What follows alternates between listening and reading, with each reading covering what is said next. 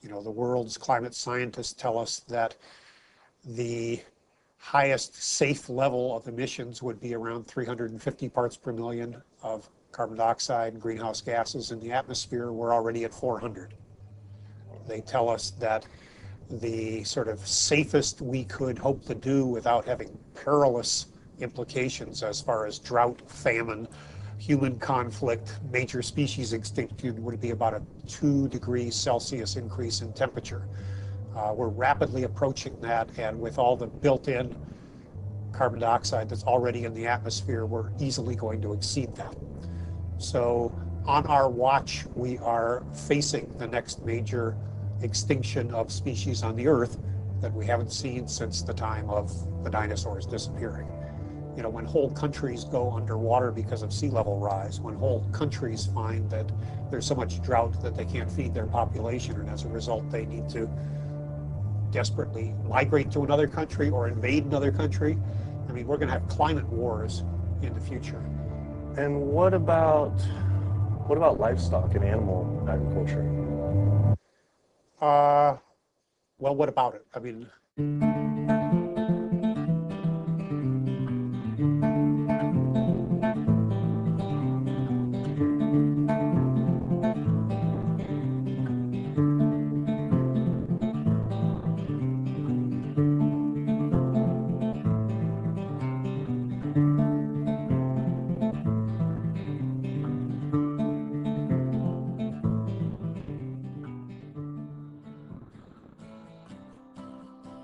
My name's Kip.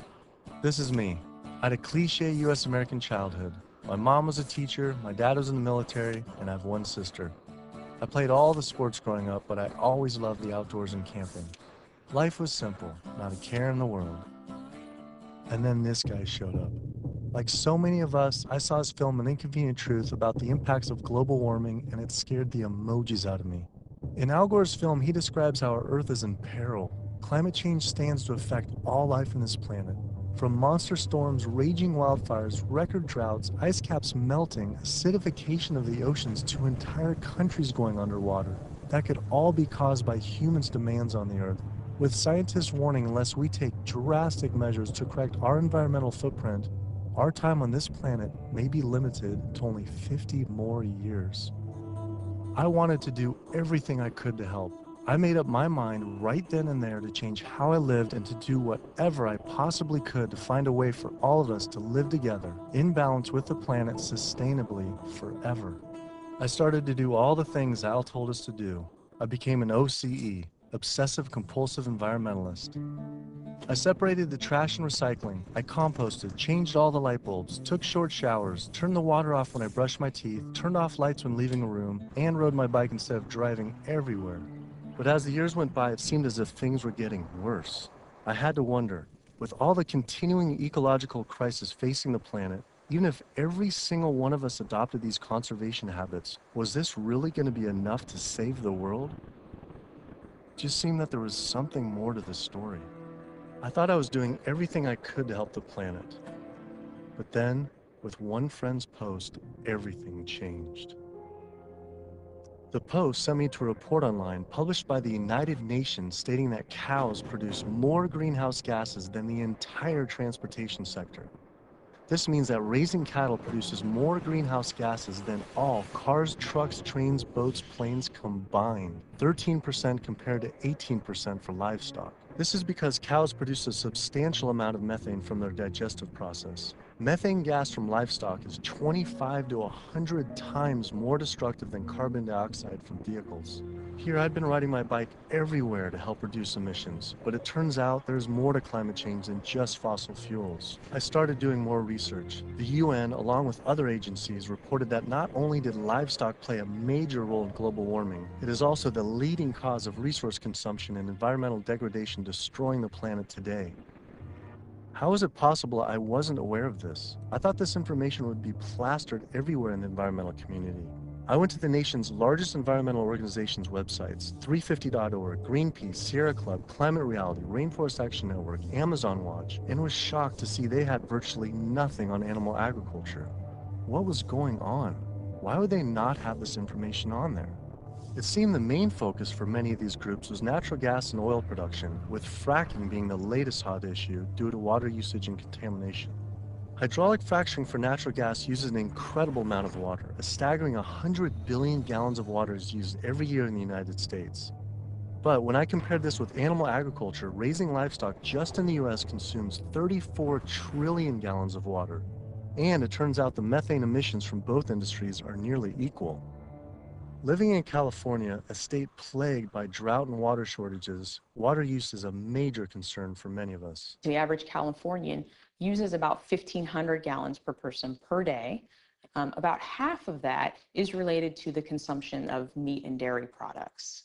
So meat and dairy products are incredibly water intensive, in part because the animals are using very water intensive grains. That's what they eat.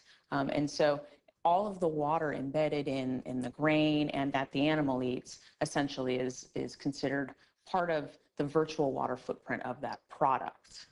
I found out that 1/4 pound hamburger requires over 660 gallons of water to produce. Here I've been taking these short showers trying to save water, and to find out just eating one hamburger is the equivalent of showering 2 entire months. So much attention is given to lowering our home water use, yet domestic water use is only 5% of what is consumed in the US versus 55% for animal agriculture. That's because it takes upwards of 2,500 gallons of water to produce 1 pound of beef.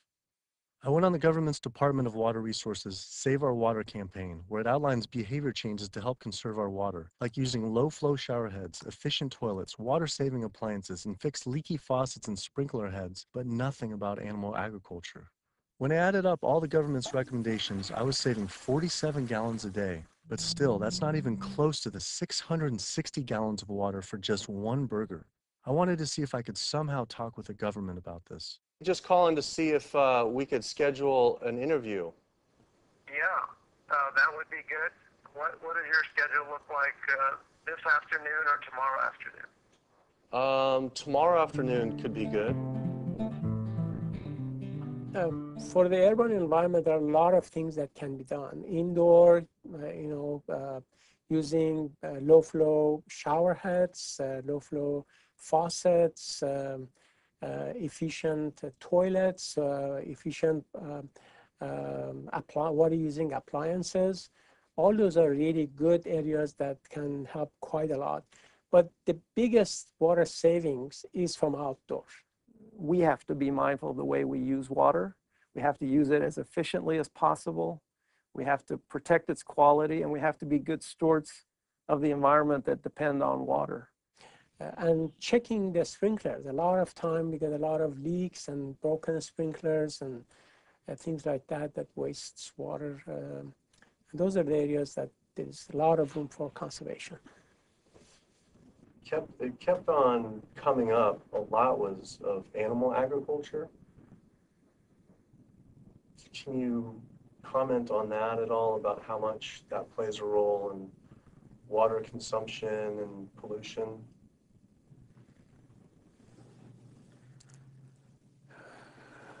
That's not my area.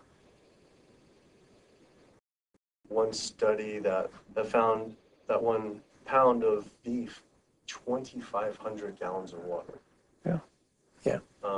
Eggs is 477 gallons of water, and cheese almost 900 gallons. I mean, I guess it's one simple, why isn't it on Save Our Water? It's kind of like if you went to someone's house and my neighbor has a faucet, dripping, and then you see this giant hose turn full blast until 660 gallons of water are shooting out into the street, flooding the entire street.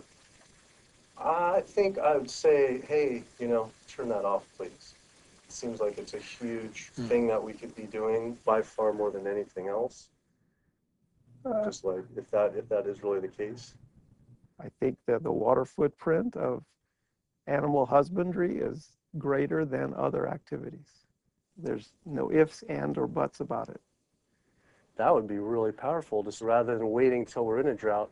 What do you think about just starting now, and whoever's in charge of the Save Our Water, hey, let's start encouraging people to eat less meat now, because these studies are coming out. I don't think that'll happen. Why? I don't think that'll happen Why? because of the way government is set up here. That's interesting, though. Why though?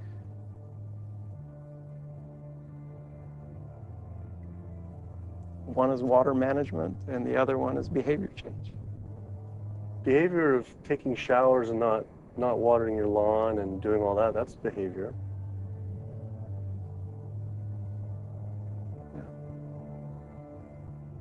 Wow. Clearly, the government did not want to talk about this issue. Their inability to answer, along with the environmental organization's silence on the topic of animal agriculture, made it seem something more was going on. I started doing more investigating on the impacts of livestock and found out the situation was actually worse than I had thought. In 2009, 2 advisors from the World Bank released an analysis on human-induced greenhouse gases, finding that animal agriculture was responsible not for 18%, as the UN stated, but was actually 51% of all greenhouse gases. 51%. Yet all we hear about is burning fossil fuels. This devastating figure is due to clear-cutting rainforests for grazing, respiration, and all the waste animals produced. This makes animal agriculture the #1 contributor to human-caused climate change. But not only that, I found out raising animals for food consumes 1/3 of all the planet's fresh water, occupies up to 45% of the Earth's land, is responsible for up to 91% of Amazon destruction, is a leading cause of species extinction, ocean dead zones, and habitat destruction. Yet, the world's largest environmental groups that are supposed to be saving our world didn't mention this anywhere. I had to speak with environmental organizations to find out why they weren't addressing this issue. I sent off dozens of emails, made call after call, spent hours on hold. Days became weeks and weeks became months, and for some reason, no one wanted to talk to me about this. So bizarre. I supported these organizations for so long and now was met with silence. I was, however, able to connect with a handful of environmental authors and advocates that were willing to address this issue.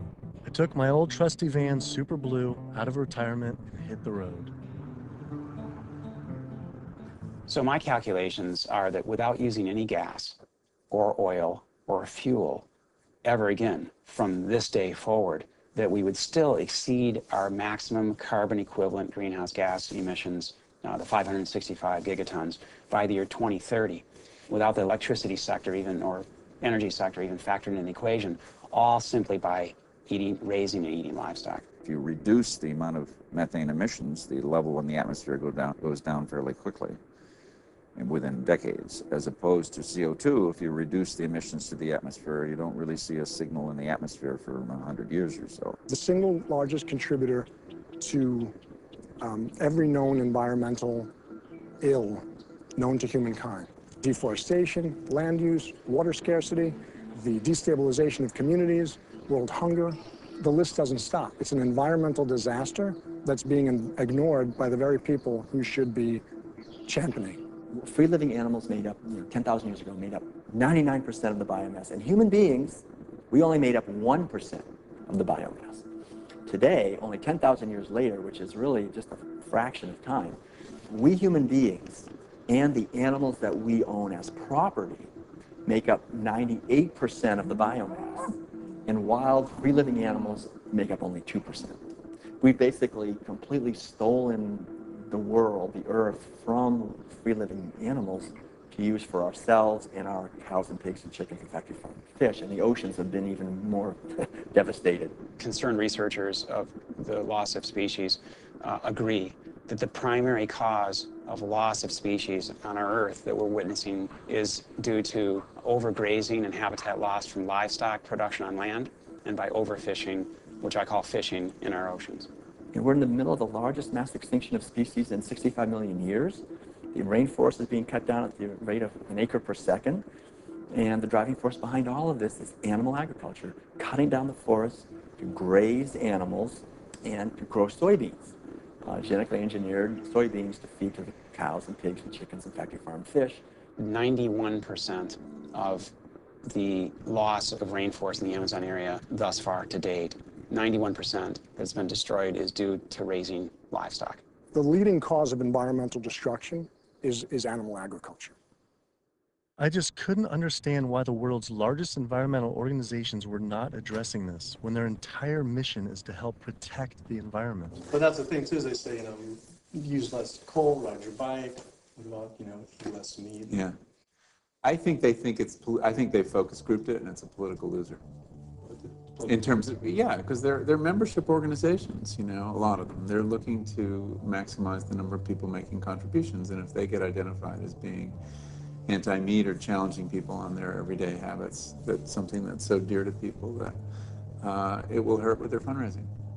They do not want to address the primary driving cause of environmental devastation, which is animal agriculture, because they're businesses and they want to make sure that they have a reliable source of funding.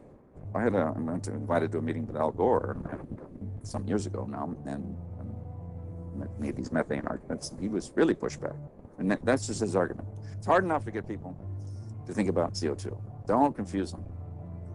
I think that the problem with a lot of organizations that are focused and have a laser focus don't go off message because they don't want to piss off another whole group of people that will make their lives difficult. If you listen to the majority of the major environmental organizations, they're not telling you to do much besides live your life the way you've been living it, but change your light bulb from time to time, drive less, use less plastic, recycle more.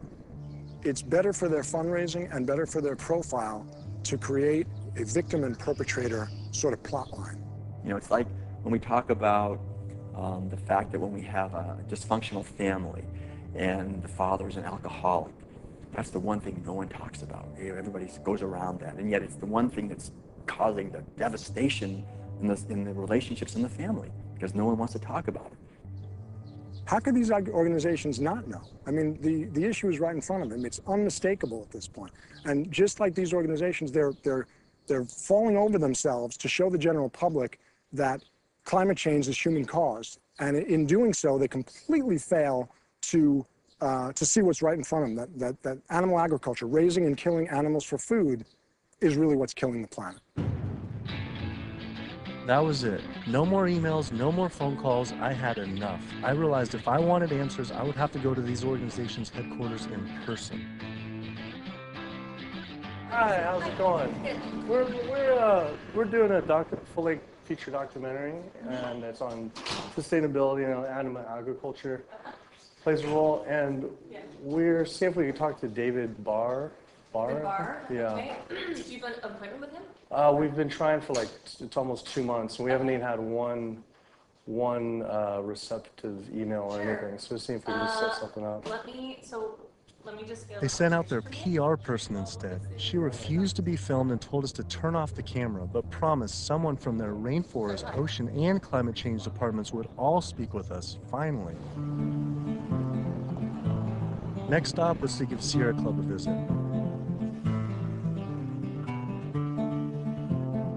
Turns out they were a bit more receptive to me showing up at their doorstep. Hey, how's it going? With the climate change, what's the leading cause of that?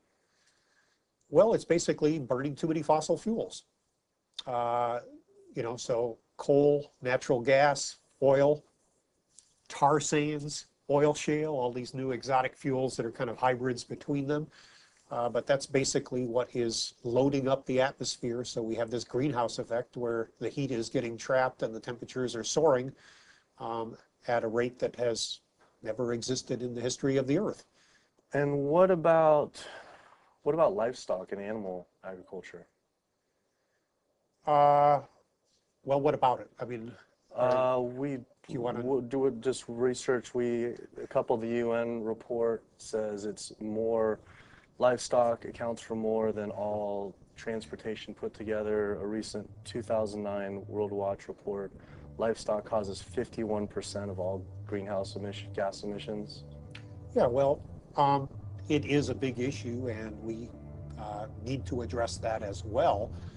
But, there's just so many different potential sources of methane and carbon emissions.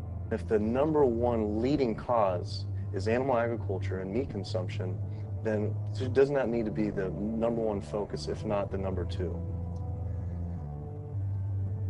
Well, That's your assessment. Our assessment is different. That was bizarre. So Greenpeace got back to me today and said, "It was great to meet with you yesterday. I've spoken with various people here at Greenpeace about your request, but I'm afraid we're not going to be able to help this time. Thanks again, and we wish you the best of luck." Greenpeace's response reminded me of the statistic that 116,000 pounds of farm animal excrement is produced every second in the United States alone. That is enough waste per year to cover every square foot of San Francisco, New York City, Tokyo, Paris, New Delhi, Berlin, Hong Kong, London, Rio de Janeiro, Delaware, Bali, Costa Rica, and Denmark combined. Livestock operations on land has caused created more than 500 nitrogen flooded dead zones around the world in our oceans, comprise more than 95,000 square miles of areas completely devoid of life. So any meaningful discussion about the state of our oceans has to always begin by frank discussions about land-based animal agriculture, which is not what our conservation groups, Oceana being the largest one in the world right now, the most influential, as well as others, that's not what is at the apex of their discussions. I went on my favorite ocean protection organization's website, Surfrider Foundation, to see what they were doing about this. Mostly what I found were campaigns about plastic bags and trash, but nothing about animal agriculture. What is the number one coastal water quality issue polluter? I mean, a lot of it, it's actually, we call it the toxic cocktail, because it really is this sort of diffuse source. So it's, heavy metal from tires and brakes and cars, heavy metals. It is these herbicides and pesticides. It's really just, it's kind of picking up the everything we leave on the ground and collecting it together and pushing it out into the ocean. So it's hard to actually target like one thing. When we're doing our research on this particular one and runoff, and just kind of increasingly as we're like interviewing more and more people, it keeps coming up. The animal agriculture as being, and we read animal agriculture as being the number one water polluter, considerably by more than any other. Yeah, that's interesting. I think, I guess it depends on the regions that you focus on, like the urban areas, which is sort of like where we are here in Southern California. We don't see that because there's not a lot of sort of agricultural farms. But if you look in the mid-Atlantic, sort of Maryland, Virginia, North Carolina, that region, I know there's a lot of poultry farms and a lot of hog farms, and it's a huge waste issue. I was surprised that not only did they not focus on farm runoff, but they also didn't mention any campaigns about how our oceans are in near collapse. The UN reported that 3/4 of the world's fisheries are overexploited, fully exploited, or significantly depleted due to overfishing. The oceans are under siege like never before, and marine environments are in trouble. And if we don't wake up and do something about it, we're going to see fishless oceans by the year 2048. That's the prediction from scientists. The fact that when people look at fishing, sometimes they're only looking at the fact of the animals who are actually consumed by humans, and we're not necessarily looking at all the animals who are caught in the drift nets, all the other animals who are killed in the industry. And when you look at even the shrimping industry has done a lot to devastate the planet as well in terms of breaking down natural barriers that we have to protect the islands. We're at over 28 billion animals were pulled out of the ocean last year. They're not ever given a chance to recover. They can't recover. They don't multiply that quickly. They don't, they don't come back. We're not giving them an opportunity. The oceans are in complete collapse. The large fish species are nearing extinction. The way fishing is done today to feed the demand for 90 million tons of fish is primarily through massive fish nets. For every single pound of fish caught, there's up to 5 pounds of untargeted species trapped, such as dolphins, whales, sea turtles, and sharks, known as bykill. If we were to imagine this same sort of practice happening on the African savanna, targeting gazelle, but in the process scooping up every single lion, giraffe, ostrich, and elephant, nobody would stand for it. Yet, this is what is happening in our oceans every single day. Between 40 and 50 million sharks each year are killed in fishing lines and fishing nets as bykill.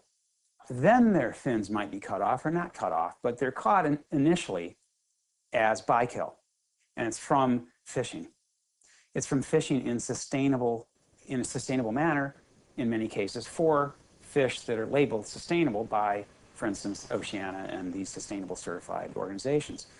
So my thought is why would we want to stop at banning shark fin soup if you're concerned about sharks, which all these organizations are, and most of the public at large is now. If we really are concerned about sharks, we would ban fishing.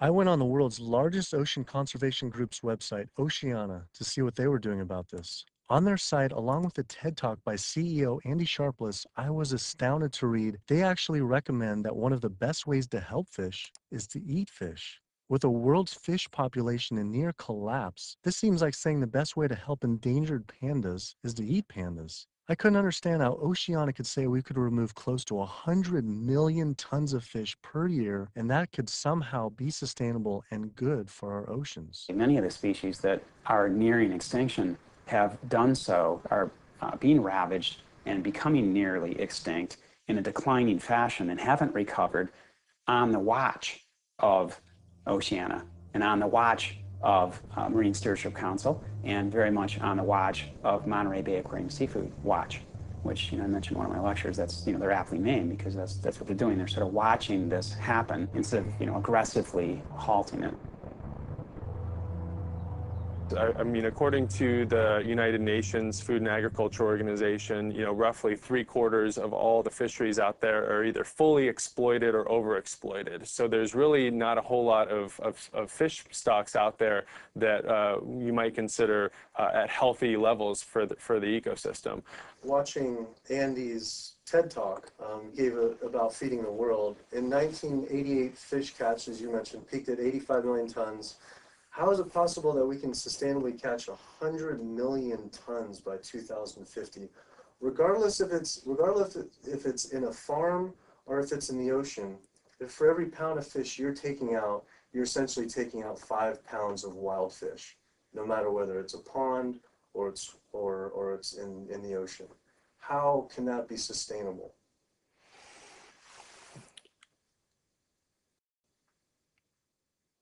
The ultimate question, right, is that there is a tremendous amount of natural production that is, basically coming out of the oceans all the time. So we have a massive amount of upwelling from our ocean conveyor belt that's bringing up, ancient 1,000-year-old nutrients, and our ecosystems are turning that into fish. Yes, they're eating each other, and you're losing some of that production every step up in the food chain, but you get more every year. You can fish and take some out, and next year there will be more. And if we do that right without ultimately hitting the fundamental driver, it's sort of like living off the interest, right? As long as you don't bring your principal down, right, if you're investing in something, as long as you're not hitting into that principal and your principal remains high, you could potentially live off the interest forever. And that's the basic idea with fish. With our population right now, what we're doing is if it's 75% depleted, the fishery is now depleted. And it's a good analogy with money. We're not living off our interest. We're in extreme debt. And if our population who's trying to live as a family on the same amount of money, and it's increasing 35% to 9 billion people, right. Isn't it just, hey, we got to stop spending money? Yeah. We need to stop eating fish. Well, if you could bring the principle back. Fishing of any type is depleting not only the species, but you get into this serial depletion where one fish species will be minimized, and the fishing industry for that fishery will move on to the next species. And it's called serial depletion, aptly named. And in the process, so the fish are being lost, not only the species is being lost, but the next in line is being lost, and then the mechanism is still extremely destructive. So they're losing the fish species, but it needs to be kept in mind they're also destroying habitat. I think they came up with this term, sustainable fishing, to make ourselves feel good about eating fish and continuing to take fish out of the oceans, when in fact, really, it's Sea Shepherd's position that there is no such thing as sustainable fishing. Seafood is not a protein source for a sustainable protein source for the feeding of the planet, for the people on the planet. It's just not. People don't want to hear it because that makes them feel like they have to take action. They have to stop doing something, and a lot of people don't want to, and people don't want to, they don't want to put it out there because it's uncomfortable. They don't want to propose to tell people what to do, but we're at a point where we all have to be cognizant and we have to realize and we have to take an action. Our founder, Captain Watson, likes to say, if the oceans die, we die. That's not a tagline, that's the truth. Perhaps the only other ecosystem that is being destroyed at such a rapid rate are the world's rainforests. Our global rainforests are essentially the planet's lungs. They breathe in CO2 and exhale oxygen. An acre of rainforest is cleared every second, and the leading cause is to graze animals and grow their feed crops. That is essentially an entire football field cleared every single second. And it is estimated that every day, close to 100 plant, animal, and insect species are lost due to rainforest destruction.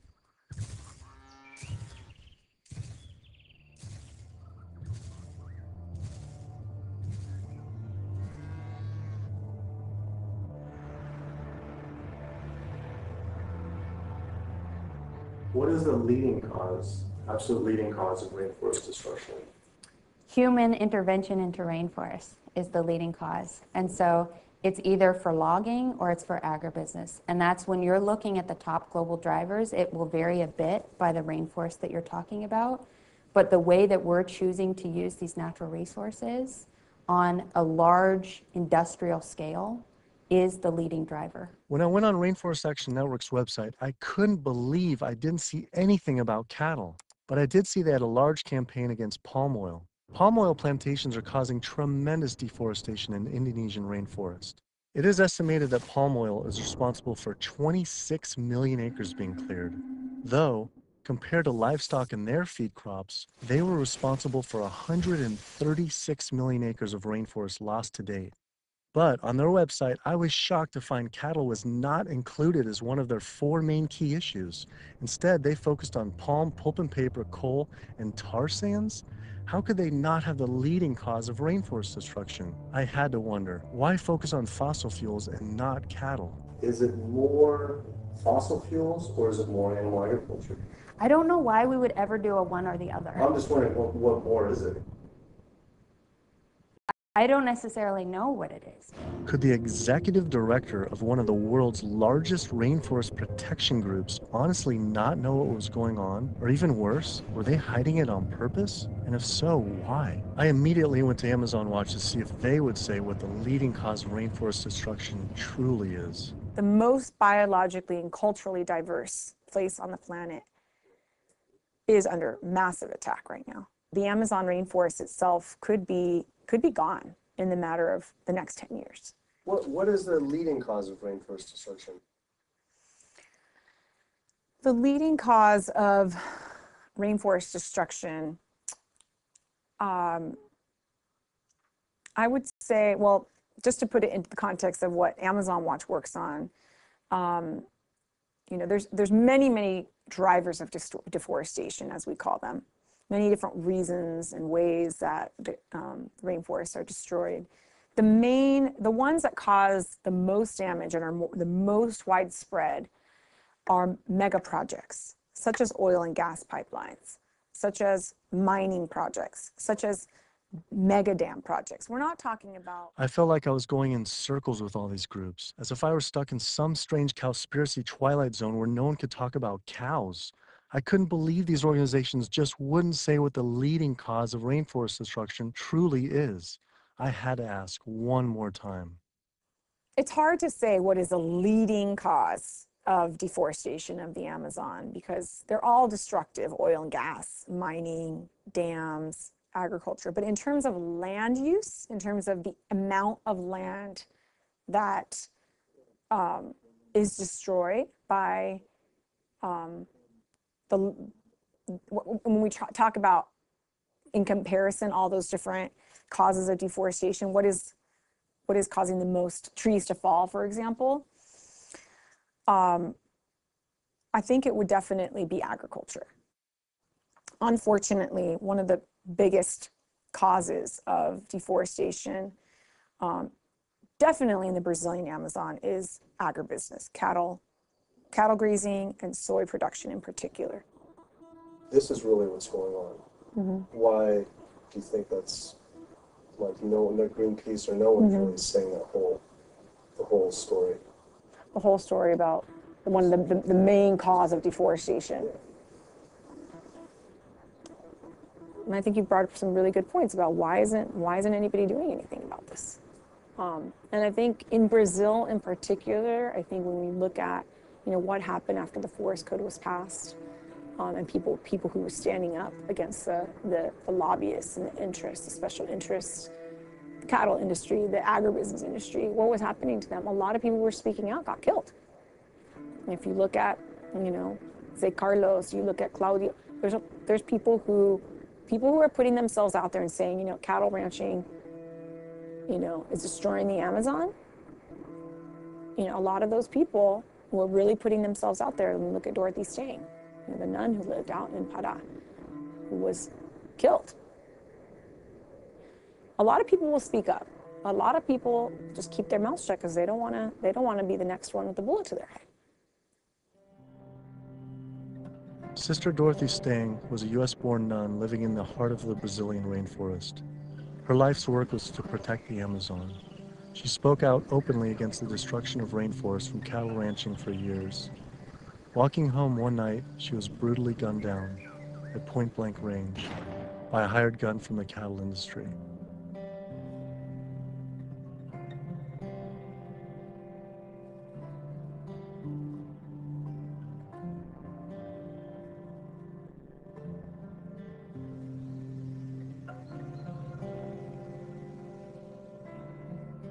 After Greenpeace's initial denial for an interview, I wrote again, begging they reconsider. Greenpeace got back again and said again, I'm afraid we've explored the options here in terms of helping you and are not going to be able to be involved this time. You mentioned you were also speaking to Oceana. I'm sure they'll be able to give you some great quotes about ocean-related issues. Thanks again for thinking of us.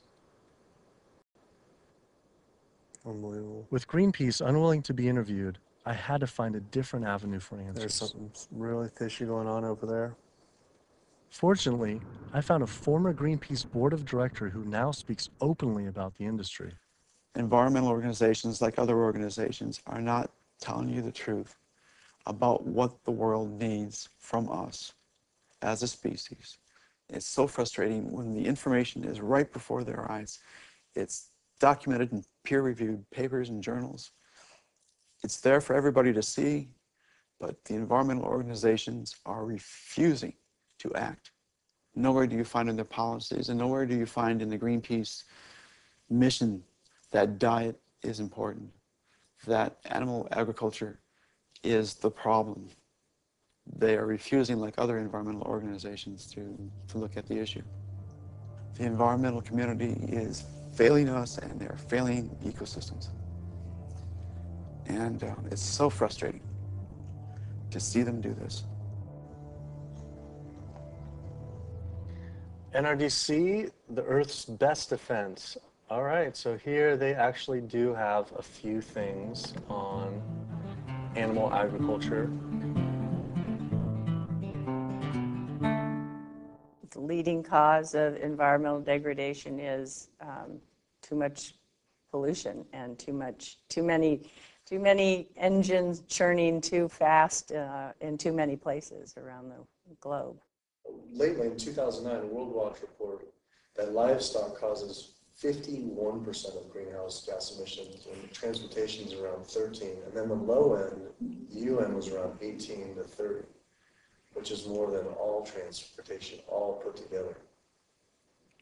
Internationally or nationally? Yeah, I think energy production and transportation are still major sources. So I think, I guess I'm not going to comment on that because I'm not familiar with those numbers. So it's, don't quote me on this, but that's cow farts. That's what I think what that is. I think that's cow farts.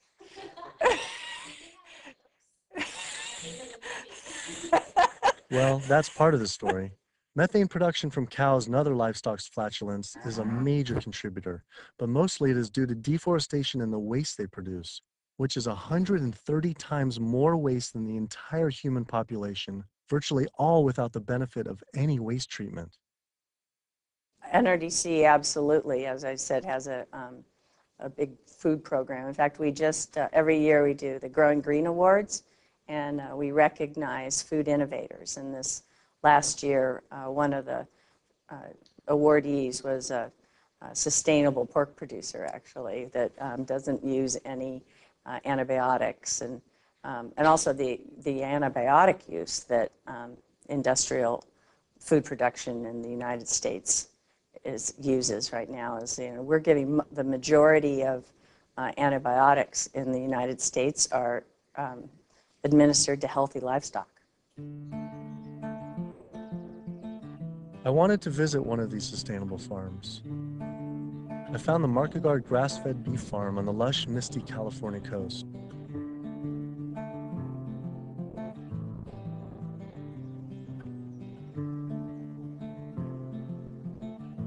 I met Eric and Donegal Markegard and their 4 children. Leah and Larry are usually up at 6 and out, milking the cows, slopping the hogs.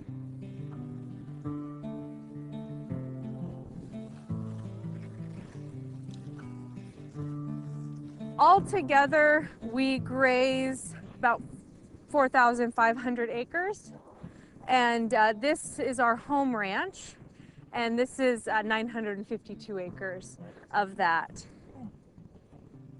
On average, it's about 1 cow or cow and a calf per every 10 acres. We would produce annually roughly 80,000 pounds of finished plate-ready meat.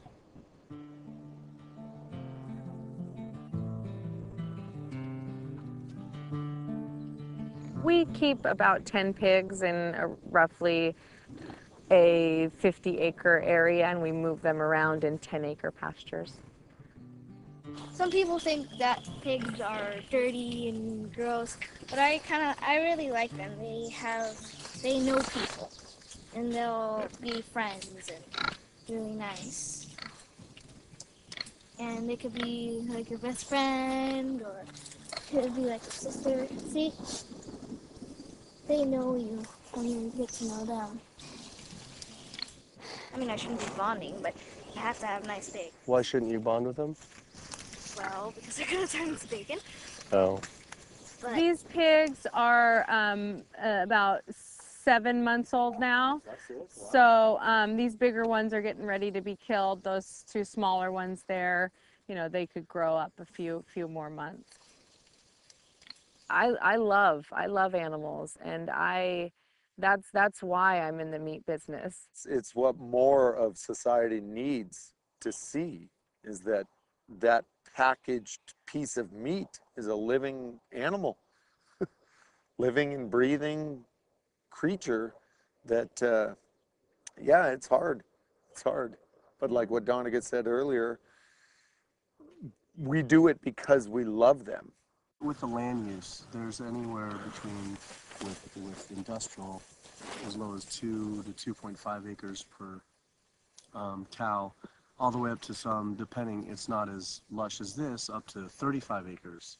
Yeah, we have a ranch in South Dakota that's 50 acres. 50 acres per. Yeah, it's about 50 acres, yeah. And why is that? Same thing, it was just farmed and robbed of all the nitrogen, you know. The It's land also was abused, seasonal, and right? It's also seasonal.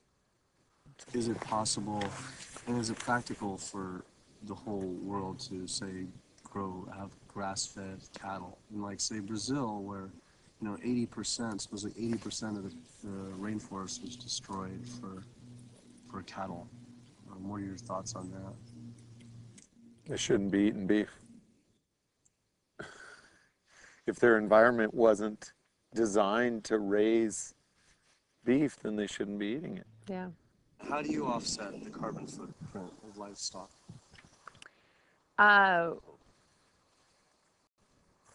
We don't feel like livestock have a carbon footprint.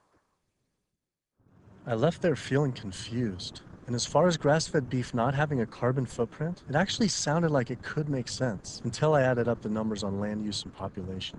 If we were to use the market guard model of raising animals, which requires 4,500 acres producing 80,000 pounds of meat, the average American eats 209 pounds of meat per year. If that was all grass-fed beef, only 382 people could be fed on their land. That equates to 11.7 acres per person times 314 million Americans, which equals 3.7 billion acres of grazing land. Unfortunately, there are only 1.9 billion acres in the U.S.'s lower 48 states. Currently, nearly half of all United States land is already dedicated to animal agriculture. If we were to switch over to grass-fed beef, it would require clearing every square inch of the United States, up into Canada, all of Central America, and well into South America. And this is just to feed the United States' demand on meat. But that figure doesn't even take into consideration that much of that land isn't suited to graze livestock. We would have to convert all mountain ranges to grassland, clear ancient forests and national parks to grazing, and demolish every city just to make room to graze cows. Just like Brazil, the United States isn't suited to meet the demands for meat. It takes 23 months for a grass-fed animal to grow to the point, to the size and age that it's slaughtered, whereas a grain-fed takes 15 months. So that's an additional 8 months of water use, land use, feed, waste. And in terms of a carbon footprint, it's a huge difference. Turns out, due to land use, grass-fed beef is more unsustainable than even factory farming. I had to come to terms with the fact there was no way to sustainably raise enough animals to feed the world's current demand on meat, and had my doubts on dairy as well.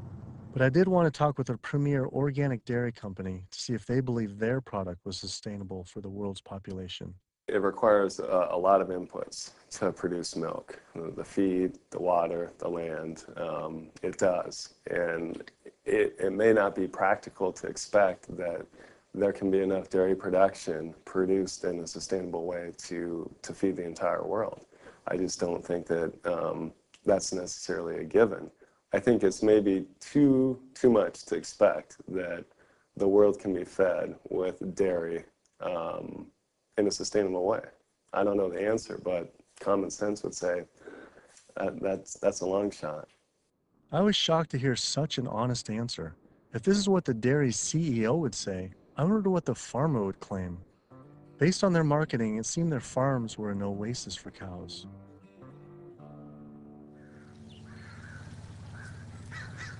It was not what I expected.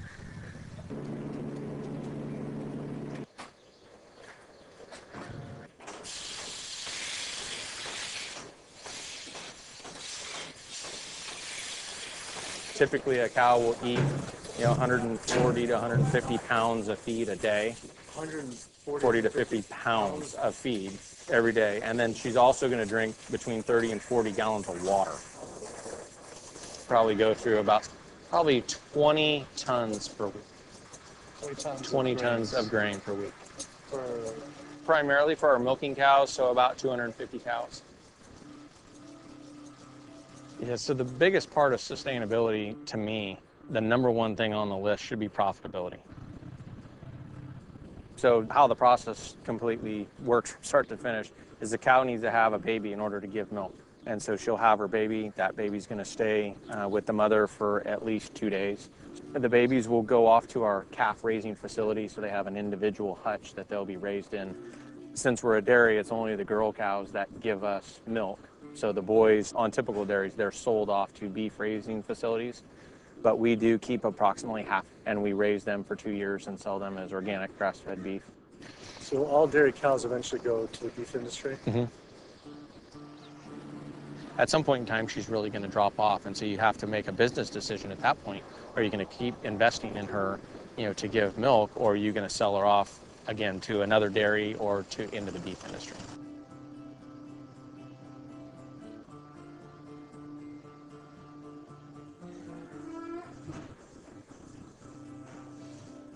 There's very few places on this planet that have this type of environment. But the demand on dairy-based protein in the world is only going to increase.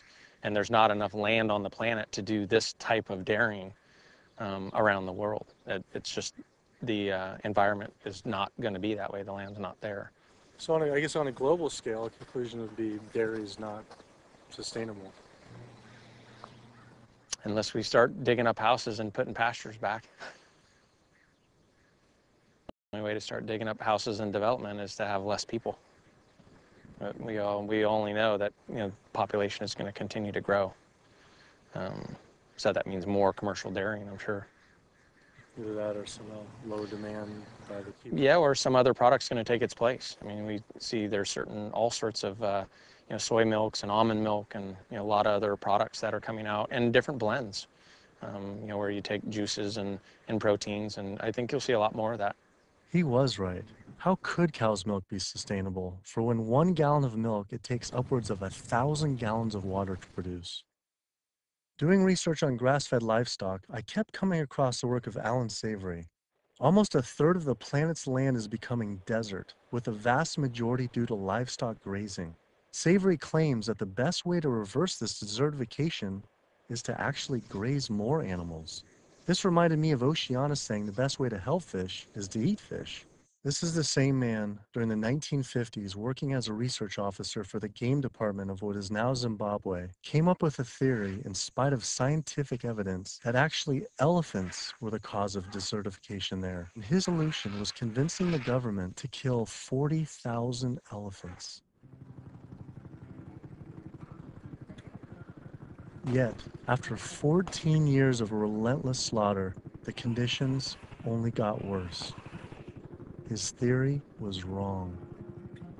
The culling finally ended, but not until tens of thousands of elephants and their families were killed. This is not someone I would ever take ecological advice from.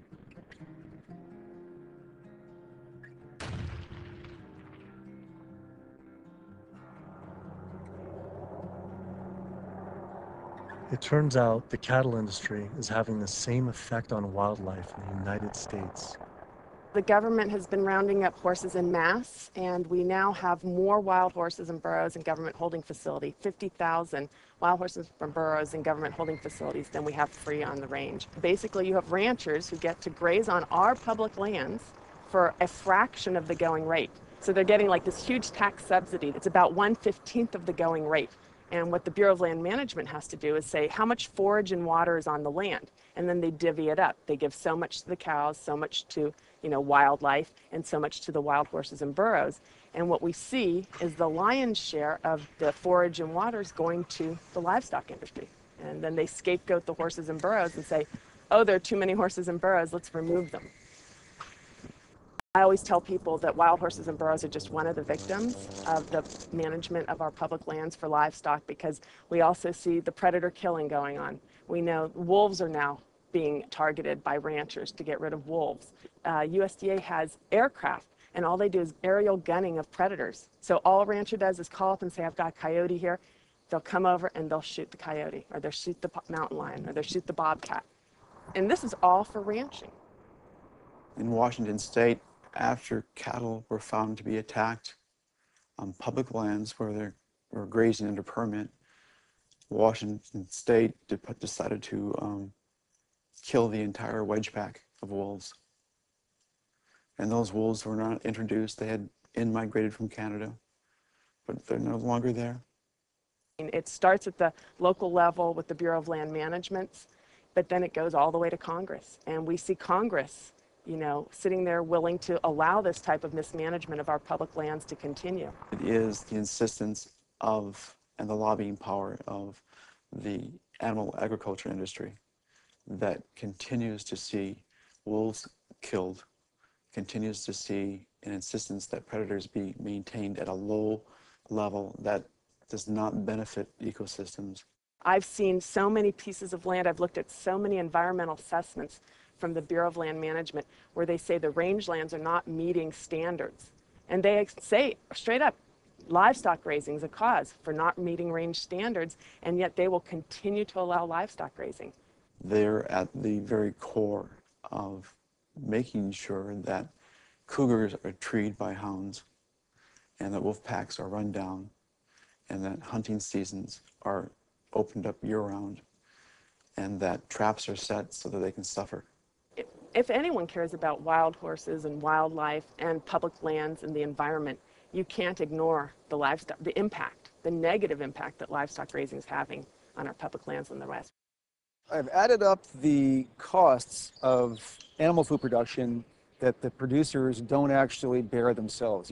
These are the hidden costs or the externalized costs that they impose on society. And those are in categories like healthcare, environmental damage, subsidies, damage to fisheries, and even cruelty. If you take those externalized costs, which are about $414 billion, if the meat and dairy industries were required to internalize those costs, if they had to bear those costs themselves, the costs of the retail prices of meat and dairy would skyrocket. So a $5 carton of eggs would go to $13. A $4 Big Mac would go to $11. The problem with these externalized costs being imposed on society is that whether you eat meat or not, whether you're an omnivore or an herbivore, you are paying part of the costs of somebody else's consumption. So that when somebody goes into a McDonald's and buys a Big Mac for $4, there's another $7 of costs that's imposed on society. I'm paying that. You're paying that, whether you eat meat or not. When you really look at who's benefiting and who's lobbied for this system of agriculture, it's the largest food producers in the country and the largest meat producers. And once they become so large and wealthy, then they can dictate the federal policies around producing food because they have so much political power. Was this why Al Gore, even during his vice presidency, never addressed the issue of animal agriculture and failed to talk about it in his film, An Inconvenient Truth, or his organization, the Climate Reality Project? Was this truth just too inconvenient for even him? I felt let down by the man who inspired me on this entire path. I knew I needed to talk to an animal agriculture lobby group to see what they had to say. If they could silence the government, are they influencing and possibly have connections to these environmental groups as well? Animal Agriculture Alliance, one of the biggest livestock lobby groups in America, has agreed to an interview. Greenpeace won't give us an interview, but Animal Agriculture Alliance has agreed to an interview. Now that is saying something.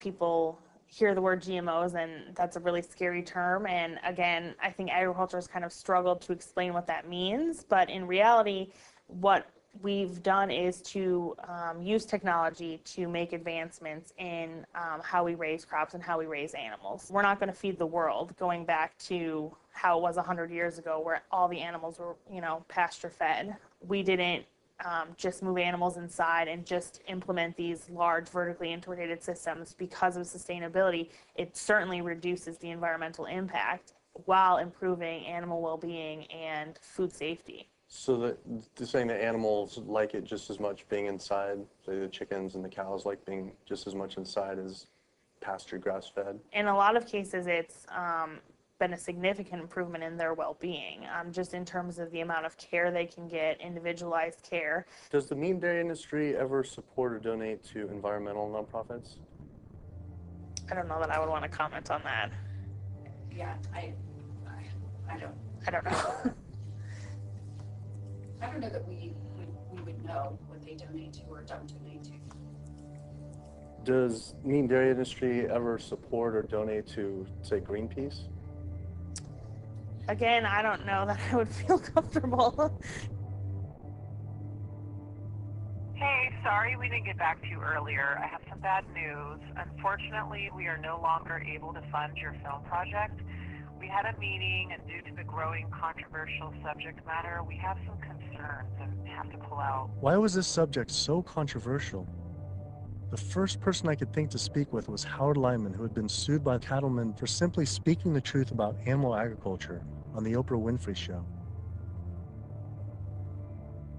I was born on the largest dairy farm in the state of Montana in 1938.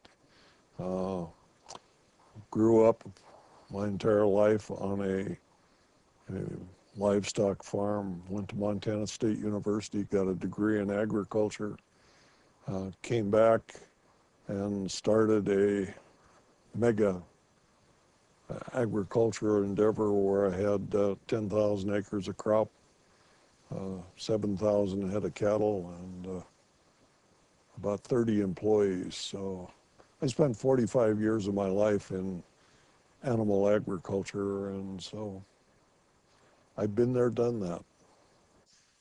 When I was on the Oprah show, we had the food disparagement law. Now, the food disparagement law, in my opinion, was unconstitutional, but what it basically said, that it was against the law to say something you knew to be false about a perishable commodity. I didn't say anything on the Oprah show I thought to be false. I went there and told the truth. Now, it took 5 years and hundreds of thousands of dollars to end up extricating myself from the suits from the cattle industry. But if I was to go on the Oprah show today, say exactly the same thing today that I said back then, I would be guilty. And for me, when they were talking about the food disparagement law, it was the fact of whether I told the truth or not. You can go today and tell the truth, and you will be guilty. Because if you cause a disruption in the profits of the animal industry, you're guilty under the Patriot Act. Do you think there should be any concern of us making this documentary? Of course. If you don't realize right now that you're putting your neck on the chopping block, you know, you better take that camera and throw it away. The animal agriculture industry is one of the most powerful industries on the planet. I think most people in this country are aware of the influence of money and industry on politics, and we really see that clearly on display with this industry in particular. Most people would be shocked to learn that animal rights and environmental activists are the #1 domestic terrorism threat, according to the FBI. And why is that? It's a difficult question to answer, why these groups are at the top of the FBI's priorities. I think a big part of it is that they, more than really any other social movements today, are directly threatening corporate profits. You know, when we try to find out how factory farms and how animal agriculture is polluting the environment, they try to claim exemptions to that information, either under national security terms or public safety, trademark issues, business. It's a business secret. We've seen all these attempts to keep people in the dark about what they're actually doing. You know, one of the largest industries on the planet with the biggest environmental impact, trying to keep us in the dark about how it's operating. Through the Freedom of Information Act, we obtained documents from the Counterterrorism Unit that show they are monitoring my lectures, media interviews like this one, my website, my book. Are we at risk filming this and showing it? You're going up against people that have massive legal resources. I mean, it's just overwhelming, the amount of money at their disposal, and you have nothing. And I think that fear is a big part of the tactic as well. Will was right. I was scared. When I learned about the activists being killed in Brazil, I was disturbed, but I felt removed. But to learn about American activists and journalists being targeted by the industry and FBI, my funding being dropped, I was genuinely worried and it hit close to home. Was this why no one was willing to talk about the issue? I decided to take precautionary measures with all the footage I shot.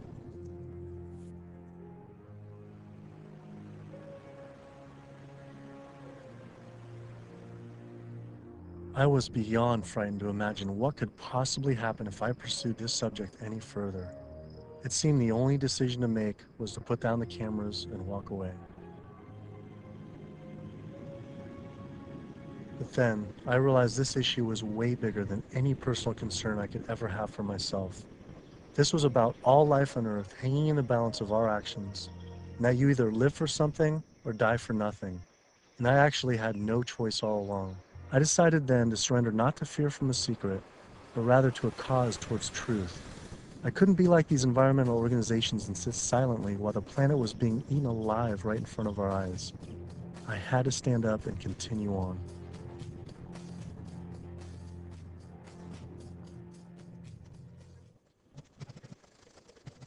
Some people would say the problem isn't really animal agriculture, but actually human overpopulation.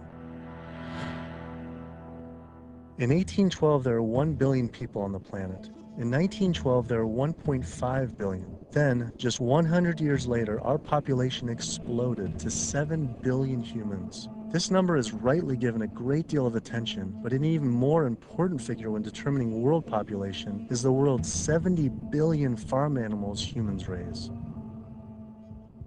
The human population drinks 5.2 billion gallons of water every day and eats 21 billion pounds of food. But just the world's 1.5 billion cows alone drink 45 billion gallons of water every day and eat 135 billion pounds of food. This isn't so much a human population issue, it's a human eating animals population issue. Environmental organizations not addressing this is like health organizations trying to stop lung cancer without addressing cigarette smoking. But instead of secondhand smoking, it's secondhand eating, which affects the entire planet. We're growing enough food right now in the world to feed between 12 and 15 billion people. We only have 7 billion people. We have roughly 1 billion people starving every single day. Worldwide, 50% of the grain and legumes that we're growing, we're feeding to animals.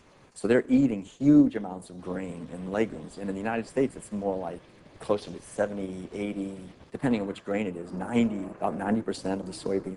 82% of the world's starving children live in countries where food is fed to animals in the livestock systems that are then killed and eaten by more well-off individuals in developed countries such as the US, UK, and in Europe. The fact of it is that we could feed every human being on the planet today an adequate diet if we did no more than take the feed that we are feeding to animals and actually turn it into food for humans.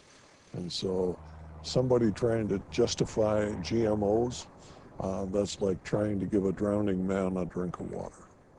You can produce, on average, 15 times more protein from plant-based sources than from meat on any given area of land, whether it's using the same type of land, whether it's a very fertile area in one area of the world or it's an area that's depleted. If we would reduce the amount of meat we're eating and dairy and eggs, we could allow all these monocropped fields of genetically engineered corn and soybeans to revert back to forest again, to be habitat for animals. You know, anytime somebody tells you that we can't grow food for humans on the land that we're growing feed for animals, this is somebody that is smoking the #1 crop out of California. The fact of it is, if you can grow corn to stuff down the throat of an animal, you can actually grow corn and feed it to a human. You encourage people to eat less meat and for the tremendous resources required and the toll on the environment. And on the animal. And on the animals. And the workers in the system. And it's a brutal system at every level. As the world population continues to grow to almost 9 billion people, do you foresee someday that we might just completely have to stop eating meat altogether? I don't know that we'll completely stop. I think that the amount of meat eaten will decline. There's no way to support 9 ounces per person per day, which is what Americans are eating now. If the Chinese alone decide they want to eat that much, and they've decided they want to eat that much, we just can't.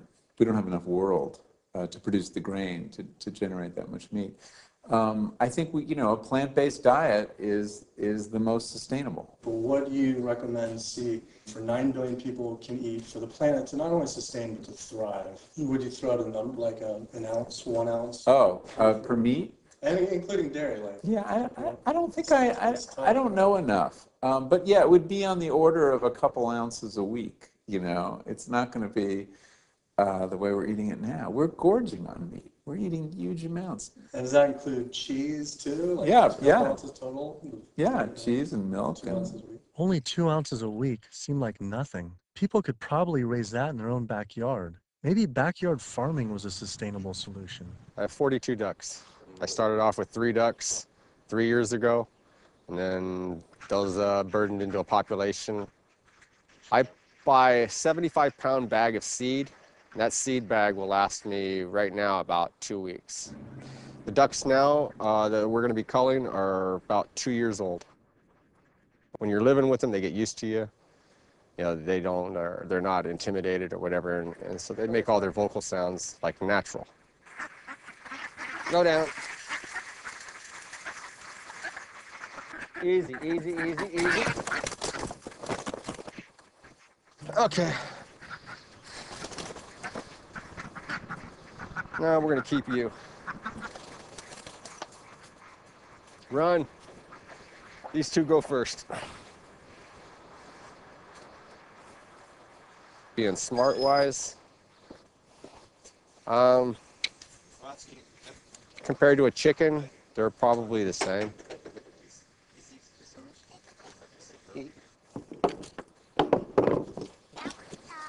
Yeah, he is. Alrighty. Okay. Right there.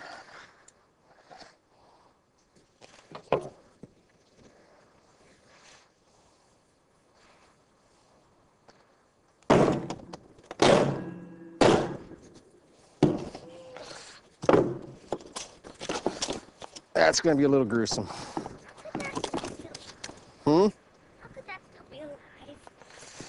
They're not. That's nerves, a nerve reaction. 5 years old or something like that, I think it was, the first time my dad came out and made us watch as we did rabbits. And we'd raise probably a couple dozen rabbits each year. And then we would take those rabbits and skin them and clean them up and keep them for food. As a young kid, I was kind of, I don't want to say it was hard, but it was kind of from my memory. Because some of the rabbits I had named, so it was kind of like you're like going, but after doing it a couple of times, you kind of just learn it's just something that has to be done.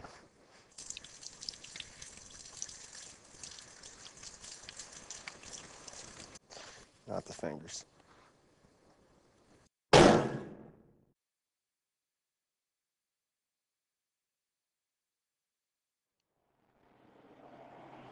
just can't do it. I don't think I could have someone else do it for me if I can't do it. If I can't do it, I don't want someone else doing it for me.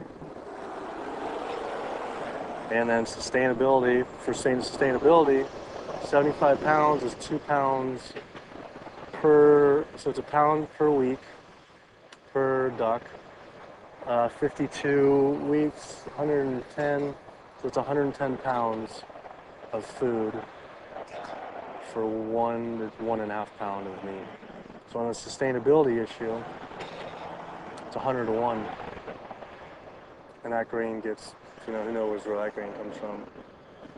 But I mean, when it gets to this point, it's not even about sustainability.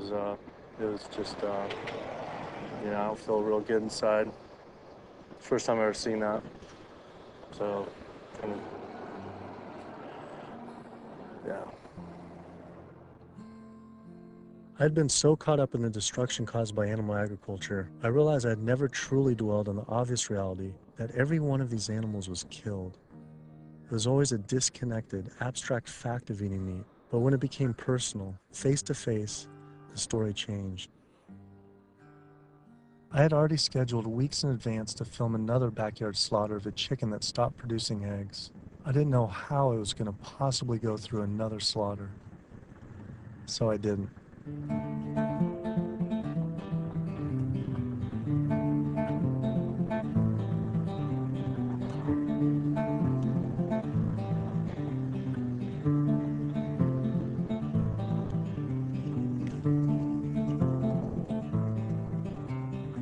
Animal Place is a farm animal sanctuary in Northern California that focuses on rescuing animals from the animal agriculture industry. A lot of people don't realize that meat breed chickens, like this guy behind us, they're generally slaughtered at about 42 days old, whereas chickens that are bred for egg production are killed when their productivity starts to decrease, when they start laying less eggs. And that generally happens about 18 months to 20 months. It doesn't matter if you buy caged eggs, eggs from hens on cage-free farms or free-range farms or pasture-based farms. Hi, Carol. It doesn't matter. It turns out there's a successful movement of sustainable animal alternative food producers based right here in California, funded by big names like Bill Gates and Biz Stone.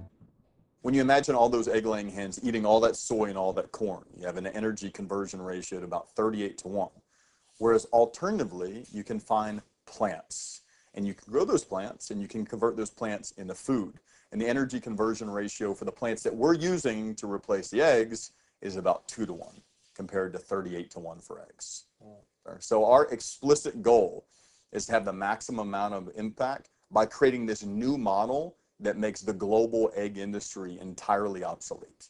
We're making the Omega products and proving that we can make better tasting food that's great for you, and it takes 1/20th of the land and resources that dairy do. If I could tell you that you could have the fiber structure of meat, the satiating bite of meat, the protein, and all the nutritional benefits of meat without actually having animal protein itself. And by doing that, you could address climate change. You could address the human health epidemics that we're seeing. You could address animal welfare, and you could address natural resource conservation. Would you make the change? But what if people just ate less animal products, like going meatless on Mondays? When you go meatless on Monday, if you ascribe to that campaign, you're essentially contributing to climate change, pollution, depletion of our planet's resources, and your own health, then on only 6 days of the week instead of 7. You're creating a false justification, clearly a false sense of justification for what you're doing on those other 6 days of the week. So in other words, we really shouldn't be resting on our laurels of what you do right only 1/7 of the time. You can't be an environmentalist and eat animal products, period. Kid yourself if you want. If you want to feed your addiction, so be it. But don't call yourself an environmentalist. I knew I had to stop eating all animal products. I wanted to help the planet be sustainable, but I needed to sustain myself. I had doubts about being healthy and not eating meat, dairy, and eggs. All I knew was a standard American diet I grew up on. Is it even possible to be a healthy vegetarian or vegan? Is it possible to be a healthy vegetarian or vegan? I became vegan for, 32 years ago now. And I run several miles every day. I go biking 40, 50 miles through the countryside. I work long hours. I feel great. It's nice waking up in a light, trim body every day. And so many of my vegan friends and patients, are just, they're thriving since their transition to a vegan diet. So yes, and I've seen vegan moms go through healthy vegan pregnancies and deliver healthy vegan children and raise them to tall, full-size, intelligent vegan adults. And yes, certainly all the nutrients are there in the plant kingdom to do this. That is correct. Think anyone should be consuming dairy? I really don't. When you think about it, the purpose of cow's milk, I did most of my growing up on a dairy farm in Wisconsin. The purpose of cow's milk is to turn a 65-pound calf into a 400-pound cow as rapidly as possible. Cow's milk is baby calf growth fluid. That's what the stuff is. Everything in that white liquid, the hormones, the lipids, the protein, the sodium, the growth factors, the IGF, every one of those is meant to blow that calf up to a great big cow. It wouldn't be there. And whether you pour it on your cereal as a liquid, whether you clot it into yogurt, whether you eat it into cheese, whether you freeze it into ice cream, it's baby calf growth fluid. And women eat it, and it stimulates their tissues, and it gives women breast lumps. It makes the uterus get big, and they get fibroids, and they bleed, and they get hysterectomies, and they need mammograms, and gives guys man boobs. Cow's milk is the lactation secretions of a large bovine mammal who just had a baby. It's for baby calves. I tell my patients, go look in the mirror. Do you have big ears? Do you have a tail? Are you a baby calf? If you're not, don't be eating baby calf growth fluid in any level. There's nothing in it people need. It was a relief to hear I didn't have to eat any animal products to be healthy and even thrive. But I still thought you needed animal manure to grow organic agriculture. It turns out there's an entire movement with people growing food without any animal inputs. I visited Earthworks Urban Farm in Detroit, where they are working with and growing food for the low-income community. We tend to see ourselves as individuals in a bubble, and forget that we inhabit this land and this earth with other creatures.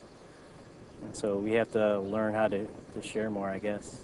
Josh here is working on his garden. You'll be surprised what you can do with what seems to be not a lot of space. About a 4x8. Yeah. What's your goal this year? How much do you think you can maximize that? I would push for 100 at least. 100 pounds. Please. That's amazing. So The one full year after this was constructed, we doubled our yield to over 14,000 pounds of food. 14,000 pounds on Yeah. about how many acres? About 2.5. So as much food as we produce and we grow, or the earth helps us grow, is we also have to return those nutrients back to the soil. So we like to think of our work as being regenerative, that we're putting as much life-giving substance in the ground as we're taking out. So just kind of healthier and safer to use vegetarian or vegetable composting and stuff. Yeah, that's what we found. But also because it takes less time, it's a lot easier to manage. A lot easier, yeah. Yeah. And the soil's just as rich. No. Yeah, absolutely. Not only is it veganic more compassionate, it's also more efficient. And in a society with this many billions of people, we need to be as efficient as possible. Some people might go back and say, if we embrace this primitive approach of only wild animals everywhere, and we go back to like a hunter-gatherer system, that sounds great. But that was 10 million people on the entire continent. Maybe a little bit more, a little bit less, no one really knows. Today, now, we have what? We have 320 million in the US, 25 million in Canada, another 100 and so many million in Mexico. So North America is up to almost 450 million people.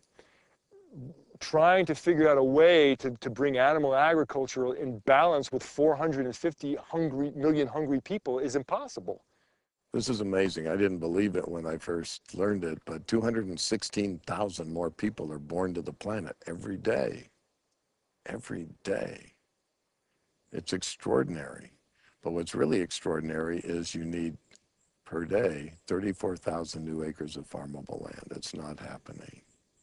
To feed a person on an all plant-based vegan diet for a year requires just 1/6 of an acre of land. To feed that same person on a vegetarian diet that includes eggs and dairy requires 3 times as much land.